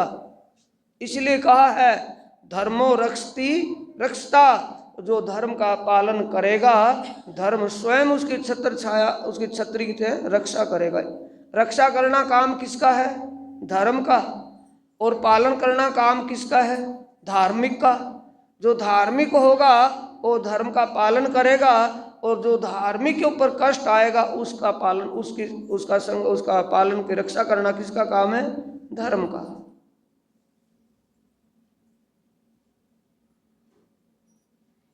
ये वाणी में लिखा है, कहीं और लिखा है? बोलो भाई, जवाब तो दो। मैं पहली साल थोड़ी आया हूं, कितने साल हो गए हो यहाँ आते हुए? कितने साल हो गए? पहली बार आया हूं क्या? पहली बार बोल रहा हूं क्या? आप सुनते सुनते इतने दिन हो गए, वाणी पढ़ते, पाठ करते, हर साल पाठ होता है, नहीं होता है? ये वाणी में लिखी बातें हैं कि बाहर से हैं? फिर कलमा चर्चा कहाँ से है? हक बिना, जब हक बिना कछु ना देखे, जब और तब में सवाल जवाब है वहां। जब हक बिना कछु ना देखे तब बूझ हुई कलमे, जब कलमा यो जानिया तब बका होत तिन से। जब एक धर्म के अलावा दूसरा कुछ भी दिखाई ना दे। हक क्या है? सत्य। सत्य क्या है? धर्म। जब धर्म के अलावा कुछ भी दिखाई न दे, सारा ही बिन देखा हो जाए, तब समझो हमने कलमा जान लिया। जब सत्य का ज्ञान हो गया और सत्य के प्रति हमारा ईमान हो गया, सत्य के प्रति समर्पण भाव बन गया, तो सत्य के बिना और असत्य की तरफ ध्यान ही ना जाए, तब समझो हमें नाम दाम मिल गया है, हमने कुछ लिया है और किसी ने कुछ हमें दिया है। जब तब बूझ हुई कलमे, जब कलमा यूं जानिया तब बका होत तिन से। जब इस प्रकार ये ज्ञान समझ में आ जाएगा, सत्य और असत्य, क्षीर नीर का निर्णय कीनो। जब साक्षात और स्वप्न की समझ हो जाएगी तो क्या होंगे हम? सुंदर साथ होंगे या चकुंदर साथ होंगे? जिन सुध सेवा के नहीं, ना समझे कछु बात। सुन रहे हैं ना? जिन सुध सेवा के नहीं, ना समझे कछु बात, सो काहे को गिनावे आप साथ में, जिन सुध स्वप्न ना साक्षात। जिसे स्वप्न और साक्षात की सुध ही नहीं, तो वो अपने आप को सुंदर साथ की गिनती में ना गिने। अगर सुंदर साथ की गिनती में गिन रहा हो तो स्वयं के लिए ही धोखा कर रहा है, और स्वयं के जीव के लिए धोखाधड़ी कर रहा है, अपने जीव की आंखों में धूल झोंक रहा है। जब उसको साक्षात और स्वप्न का ज्ञान हो जाएगा, साक्षात सत्य है और स्वप्न झूठ है। क्षीर नीर का निर्णय कीनो, बोल रहे हैं ना? जय जय सतगुरु आरती तेरी, निर्मल दृष्टि करी जिन मेरी, तारतम ज्ञान हाथ कर दीनो, क्षीर नीर का निर्णय कीनो। क्षीर सत्य है और नीर पानी झूठ है। जब हम झूठ और सत असत को समझ लेंगे, सत असत का समझाना काम किसका है? कलमे का। जब सत असत समझ में आ जाएगा, प्रभाव हमारे दिल पर सत का होगा या असत का? बोलो भाई। सत का प्रभाव होगा या असत का? सत की परवाह करेंगे या असत की? बोलो। सत की परवाह करेंगे। तब हम जब सत की परवाह करेंगे तो क्या होगे? सुंदर साथ। जब कलमायो जानिया तब बका होतिन से, तभी हमें कुछ मिला है, और जो मिला है उससे मुक्ति मिलेगी, वैसे मुक्ति नहीं मिलेगी। क्योंकि जिस आदि सद्गुरु ने जो हमें ज्ञान बख्शिश किया है, वो ज्ञान अगर समझ में आ गए, वो वचन समझ में आ गए, वो ज्ञान समझ में आ गया, तभी तो उससे अंदर बदलाव होगा। या वैसे बदलाव हो जाएगा? देखा देखी हाँ में हाँ मिला देना, क्या बदलाव हो गया? आत्मा से निर्णय लेना है, आत्मा से फैसला लेना है, तब ही तो बदलाव आएगा। भाई सच को सच माने और झूठ को ला, को ला सब ला करे, इला बका ग्रहे हक। भाई झूठ को झूठ मान कर सत्य को ग्रहण करे, वो ही समझो कि पाक मोमिन है। इस सुंदर साथ जी, रात की चर्चा हमारी इसी चौपाई पर थी, जो अब उसी पर चर्चा चल रही है। मेरा ये काम नहीं कि अपना समय पूरा करना है। मैं आश्रम छोड़ करके निकला हूँ, और जहाँ भी निकलता हूँ एक ही लक्ष्य होता है कि वहाँ कुछ न कुछ स्पष्ट करके आना है, कुछ न कुछ खुलासा करके समझाना है, ताकि भूले भटके हुए फिर भी समझ जाए, कहीं भी भटक जाए। क्यों? ये सत्य के लिए भटकाव का खेल है, हंसी का ठोर है। कहीं ना कहीं भूल हो जाती है, कहीं ना कहीं विचलता बढ़ जाती है, उस विचलता का समाधान हो जाए, इसलिए वहाँ से चलना पड़ता है। कि सभी वहाँ जा नहीं सकते, सभी इकट्ठे नहीं हो सकते, फिर भी कहीं ना कहीं जो शिविर लगता है, तो शिविर में कोई ना कोई स्पष्टीकरण हो, उसे कहते हैं गोष्ठी, गूढ़ बात का स्पष्टीकरण हो।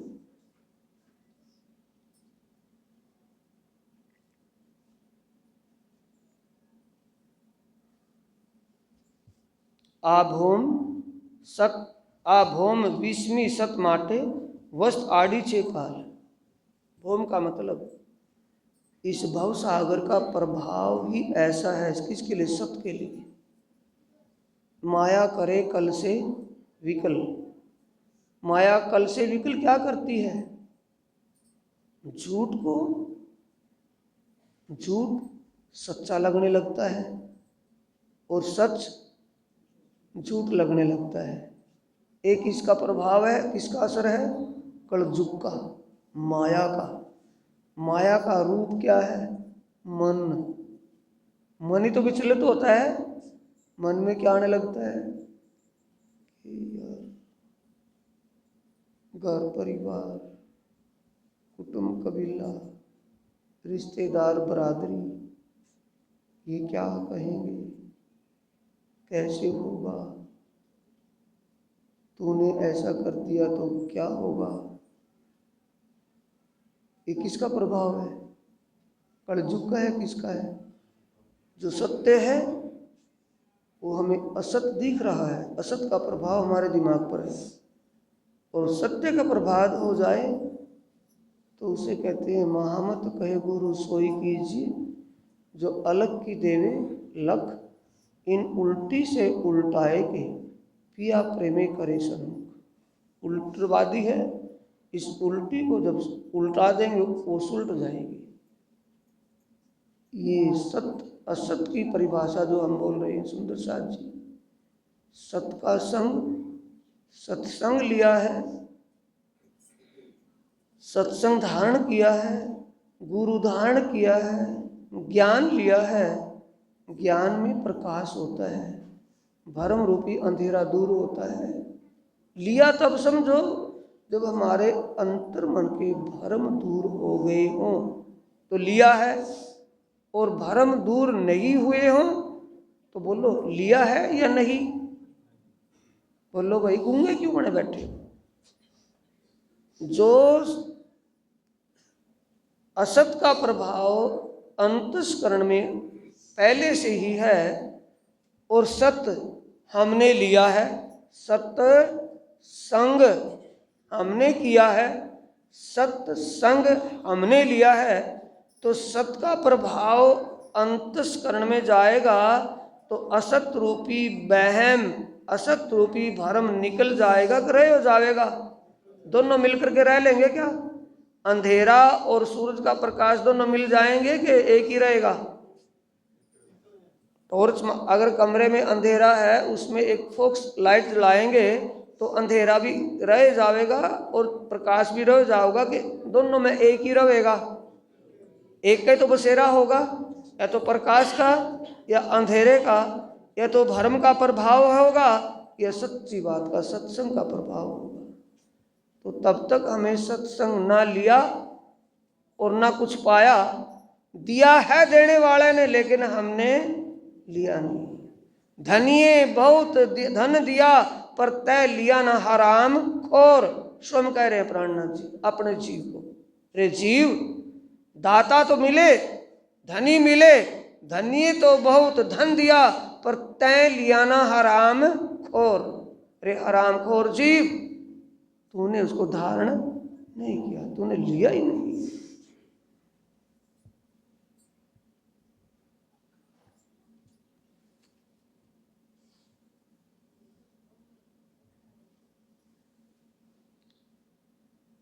सत के लिए बड़ा कठिन मामला है, सत को समझना और सत को धारण करना। सत को धारण किया तो उनको दुनिया ने पता नहीं क्या क्या अनगर्ल बोला। सत को जो धारण किया, भगत प्रहलाद अभी तो बताया था, धर्म युधिष्ठिर, राजा हरिचंद्र, राजा मोरध्वज, कितने बच्चे थे मोरध्वज के? राजा मोरध्वज के कितने लड़के थे?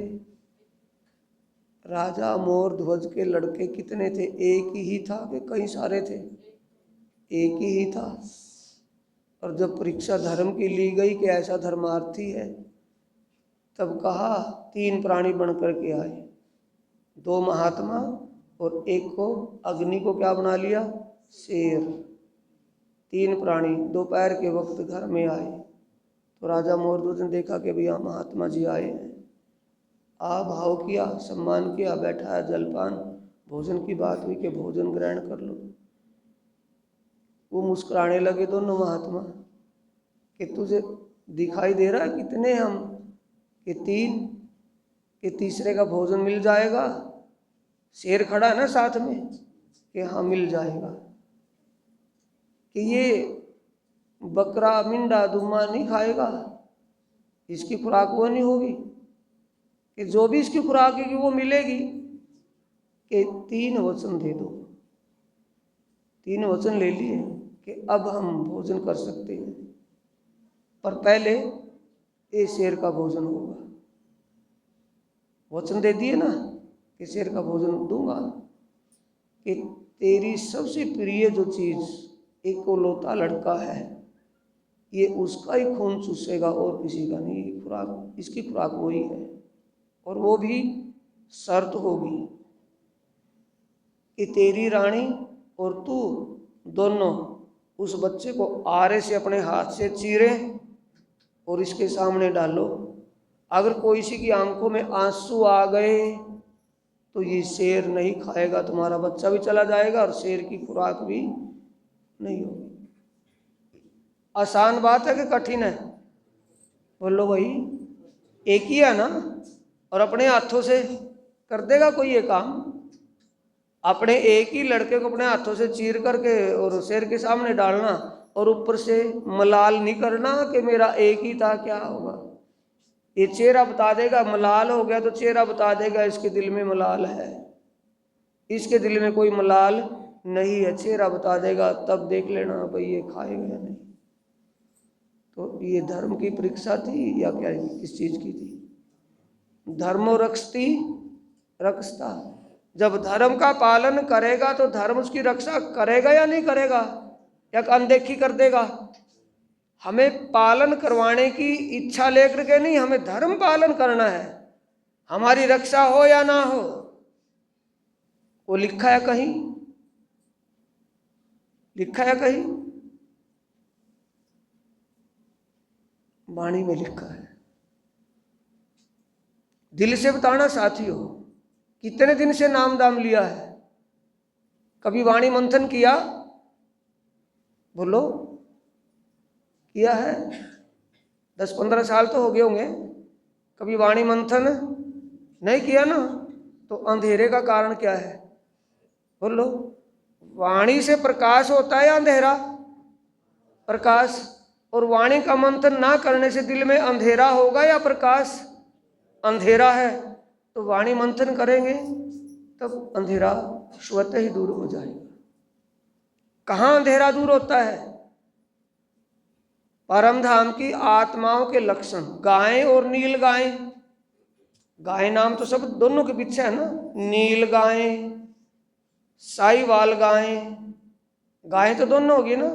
साईवाल गाय कैसी है और नील गाय कैसी है? दोनों के लक्षण एक ही जैसे होंगे कि अलग अलग होंगे? नील गाय अलग है और साईवाल गाय अलग है। दोनों के लक्षण भी अलग अलग हैं। तो इसमें आत्माओं के लक्षण और जीवों के लक्षण बताए हैं।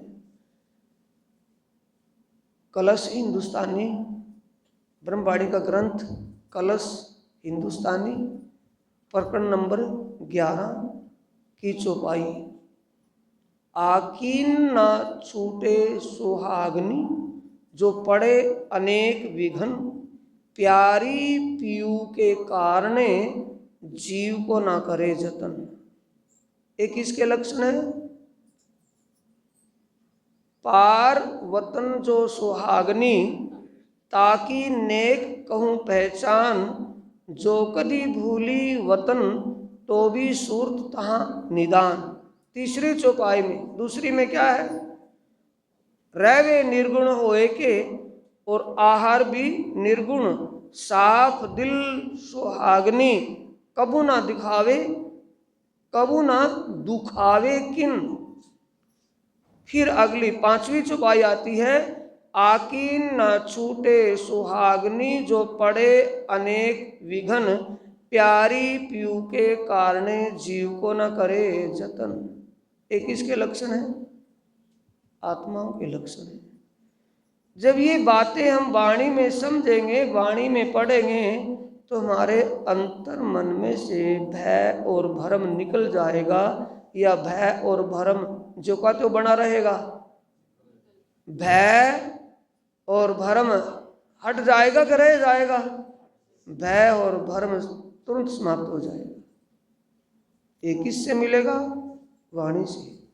आदत डालने से पड़ेगी, करने से होगा वाणी मंथन के नाम दाम ले लिया हो गया काम, कि गुरु महाराज करेंगे। गुरु महाराज ने जो करना था वो कर दिया, को अब भी करेंगे। गुरु महाराज ने जो नाम दाम देना था, ज्ञान बख्शीश करना था, वो ज्ञान हमें बख्शीश कर दिया है। वो ज्ञान हमारी समझ में आया अब तक या नहीं आया, वो हमारा अपना काम है कि गुरु महाराज का काम है? अपना काम है। अनेक विघ्न पड़े, अनेक बातें सुनने को मिले, अनेक कुछ भी होता रहे, इस वाणी को पढ़ने से साथियों, मैं गारंटी से कहता हूं, दिल में दृढ़ता इतनी हो जाएगी, दुनिया एक तरफ है और हमारा धर्म एक तरफ। इतना बल धर्म के अंदर है। और हम कौन है? धार्मिक हैं। हम उस अंगी की अंगना है, उस परमात्मा की दिल स्वरूपा हैं। हमारे अंदर वो बल है जो दुनिया, पूरी दुनिया के अंदर बल नहीं है।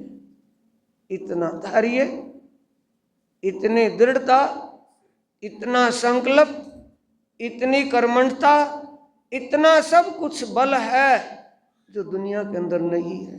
दुनिया स्वार्थ के लिए है, हम सिर्फ धर्म के लिए हैं।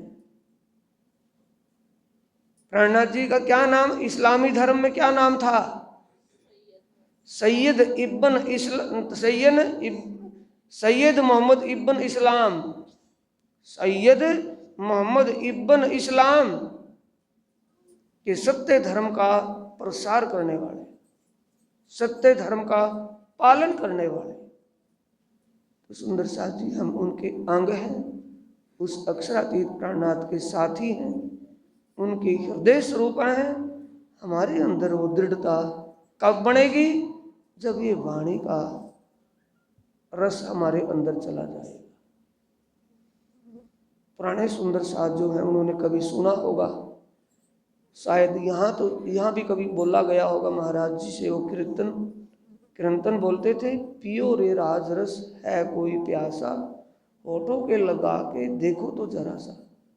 बोलिया होगा ना कभी, यहाँ भी बोलिया होगा, जरूर बोलिया होगा, क्योंकि वो बोलते थे, वो सुनते थे ऐसा ही। लेकिन वो कहनी और सुननी में चले गई। वो रात थी, अब दिन है। महाराज जी के वक्त में रात थी, अब खरे बपोरे का दिन, शिखर दोपहरे का दिन है। जिसको वो कहते कहते कहते कहते चले गए, आज उसी का स्पष्टीकरण हो रहा है। वो राजरस है क्या? पीवेंगे तो तब पता लगे वो रस है क्या। मेरी बात समझ में आ रही है? कि भी शिकंजवी या कोई जूस या कोई रस कोई कहे कि आपको चाहिए, अगर हम उसके बारे में कुछ जानते होंगे तभी तो कहेंगे हाँ भाई चाहिए हमें। जब जानते ही ना होंगे तो क्या पिएंगे उसको लेकर? भाई गन्ने का रस चाहिए, जरूरत होगी तो हाँ भाई लिया। क्या आपको एक सेब या आम का शेक चाहिए कि हाँ चाहिए? जब जानते ही ना तो पी लेंगे क्या? ये अगर स्पष्टीकरण किया होता उस जमाने में कि राज रस है क्या, तो तभी तो पीता कोई। तो वो गाने बजाने में चला गया, उसी को तो कहा वाणी में कहनी सुननी तो गई, रात में अब आया रहनी का दिन। अब तो खरे बपोरे का दोपहर का सुर टकटका रहा है। हर प्रकार का स्पष्टीकरण हो रहा है, हर प्रकार का खुलासा हो रहा है। राजरस क्या है? यही तो राजरस है, कोई और है? ये ब्रह्मवाणी का समझना जानना ही तो राजरस पीना है, या कोई और राजरस है इससे अलग? हाँ, बाईपास जा रही है बात। भीतर चलते और मुद्दत होगी 1 साल नहीं 10-15 साल हो गए। हर महीना जबा बुकाते हैं, हर महीना बैठते हैं सुनते हैं, पर कक्खा पल्ले नहीं है। चौपट दिख रहा है मुझे, जहां भी देखता हूं वहां चौपट मिलता है, कुछ पता नहीं है। राजरस क्या है? ये वाणी। इसका प्रमाण कहाँ है? बीतक साहिब के प्रकरण 71 की 10वीं चौपाई में, बैठत डिग आए के धरे सुनने को कान, पहचान होत रू की और बढ़त जात ईमान। ईमान कभी कम नहीं होगा, ईमान कभी भ्रष्ट नहीं होगा, ईमान से कभी गिरेंगे। दुनिया इस तरफ से इस तरफ हो जाए, लेकिन ईमान हमारा डगमगाएगा नहीं। कब? जब ये राज रस अंदर चला जाएगा, तब, उससे पहले नहीं। वाणी की चौपाई सिद्ध कर रही है, बैठत डिग आए के धरे सुनने को कान। राज रस जुबान से पिया जाता है या कानों से? राज रस ये पिलाया जा रहा हो, ये आत्मा के स्वर्ण पुटों से, कानों से अंदर जाता है या मुख से? कानों के द्वारा स्वर्ण पुटों से वो अंदर जाता है, और अंदर जाकर के आत्मा को झंझोड़ता है। आत्मा जागृत होती है उससे। इसे पहचान हो तो रू की और बढ़त जात ईमान। ये किसकी देन है? वाणी की, इस राजरस की देन है, किसी और की? या महाराज जी ने दोनों हाथ, महाराज जी आशीर्वाद दे दो, दोनों हाथ रख दिए, महाराज जी मेरे कान में फूंक मार दो, ऐसा आशीर्वाद दे दो, सारी बात समझ में आ जाए। ये वो जादू टोने वाली बात नहीं है, ये बहकाने लारे लाने वाली बात नहीं है। असलियत असलियत ही है। महाराज श्री के जमाने में जैसा था वैसा था, वो समय निकल गया। वो समय तो बहुत दूर चला गया, अब समय बहुत आगे आ गया। जानने समझने का और पहचान ईमान का समय आया हुआ है, खड़खड़ा करके आया हुआ है। बोलो श्री प्राणनाथ प्यारे की जय, श्री सतगुरु महाराज की। खरो खोजी हसे जान जवेरी ते जो से, दृढ़ मन धीर। प्राणनाथ जी कह रहे हैं जिसको सच्ची लगन होगी। खरा खोजी का मतलब है लगनशील वाला। जिसको सच्ची लगन होगी उसको जानकारी जरूर होगी।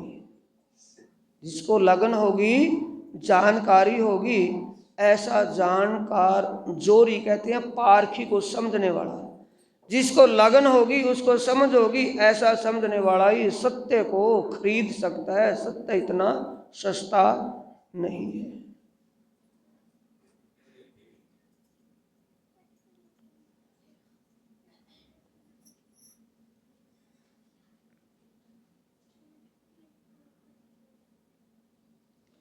वस्त अखंड ने तेहज लेसे जे हो से वचखिण वीर।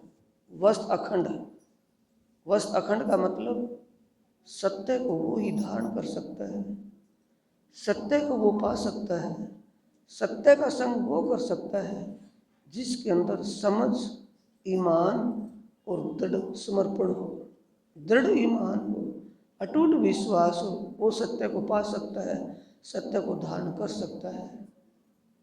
इसके लिए चिंतामणि को समझाते हुए प्राणनाथ जी ने कीर्तन ग्रंथ में भी आया है और बीतक साई में भी आया है।